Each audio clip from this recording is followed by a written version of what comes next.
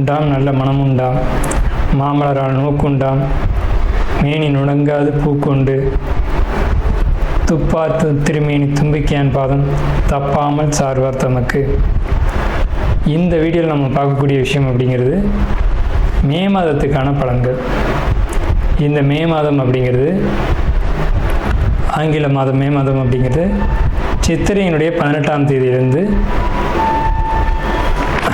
ஜூலை மாதம் ஜூலை மாதம் தொடக்கம் வரைக்கும், அதாவது சித்திரை வைகாசி 17ஆம் தேதி வரைக்கும் இருக்குது. மொத்தம் 30 நாள் இருக்குது இந்த மே மாதம் அப்படிங்கிறது. இந்த 30 நாளுக்குமான பலன்கள் அப்படிங்கிறது என்ன, 12 ராசிக்கும் அப்படிங்கிறத நம்ம பார்க்குறோம். முதல்ல இந்த சித்திரையினுடைய விசேஷங்கள் என்ன அப்படிங்கிறத பார்ப்போம்.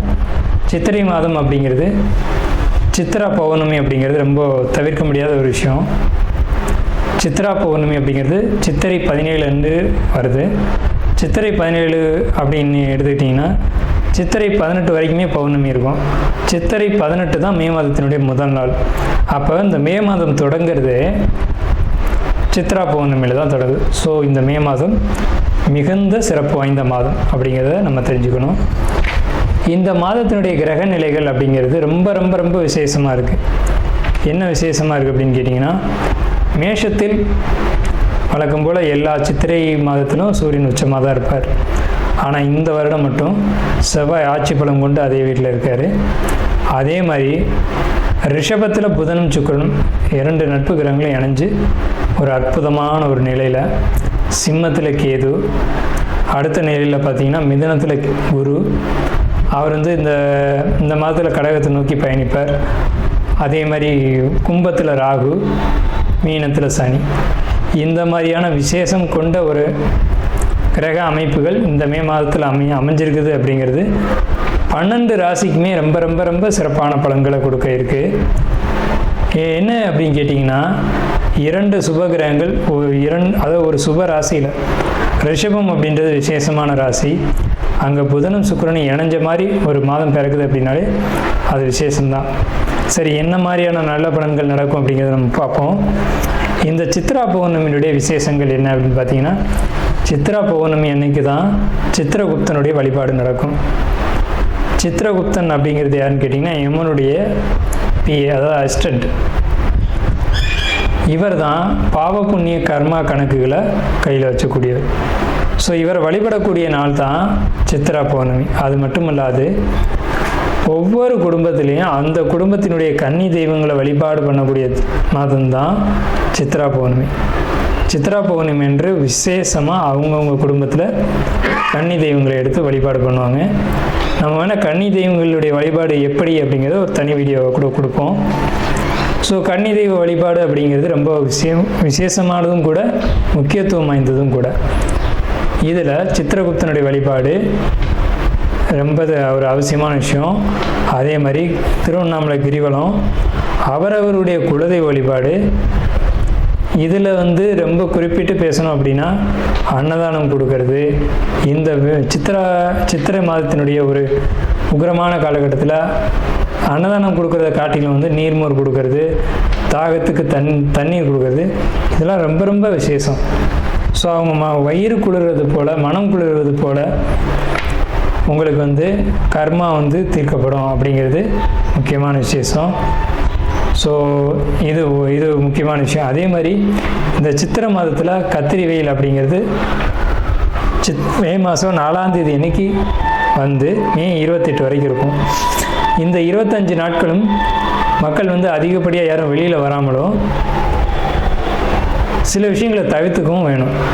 சிம்ம ராசி அன்பர்களுக்கு மே மாத பலன்கள்.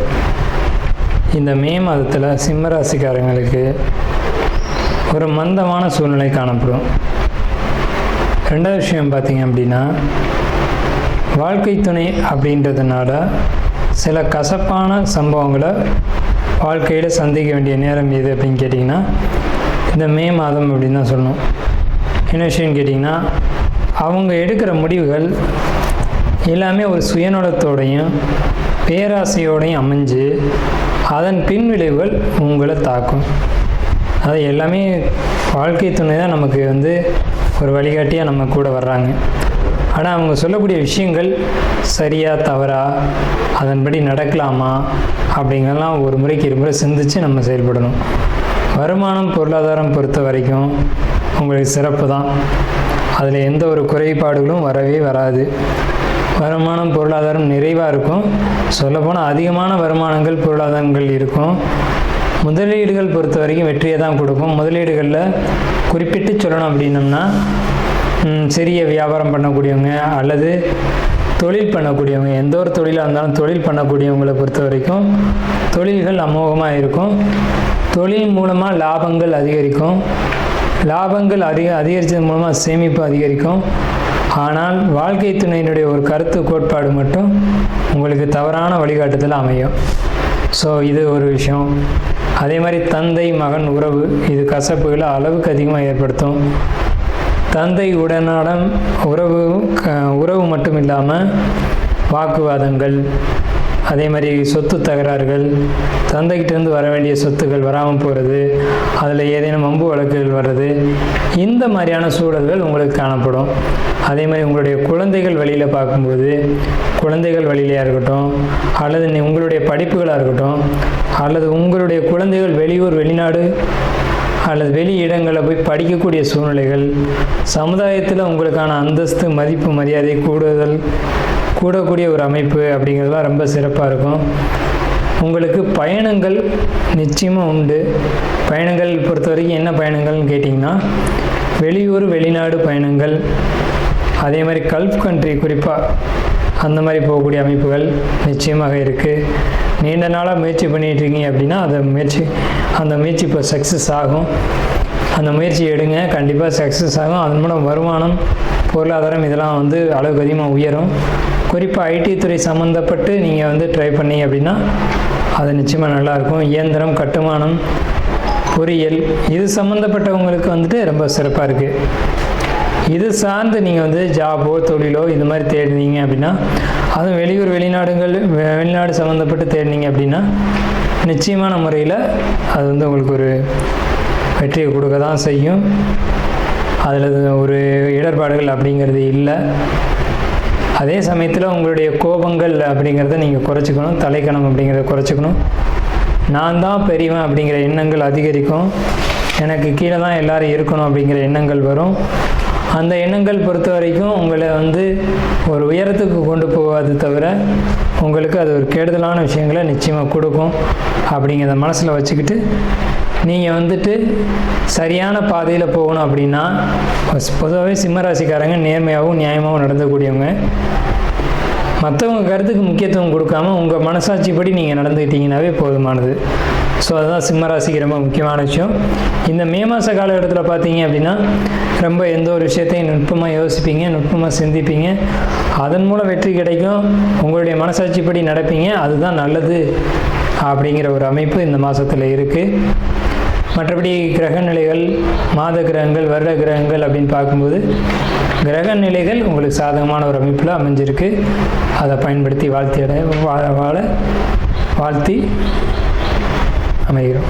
நாம் இதுவரைக்கும் பார்த்த ராசி பலன்கள் எல்லாமே பொதுவான ராசி பலன்கள் தான், 12 ராசிக்குமே. அப்போது உங்களுடைய தனிப்பட்ட பிறப்பு ஜாதகம் அப்படிங்கிறது உங்கள் ஜாதகத்தில் தனிப்பட்ட பலன்களை கையில் வச்சுருக்கோம்.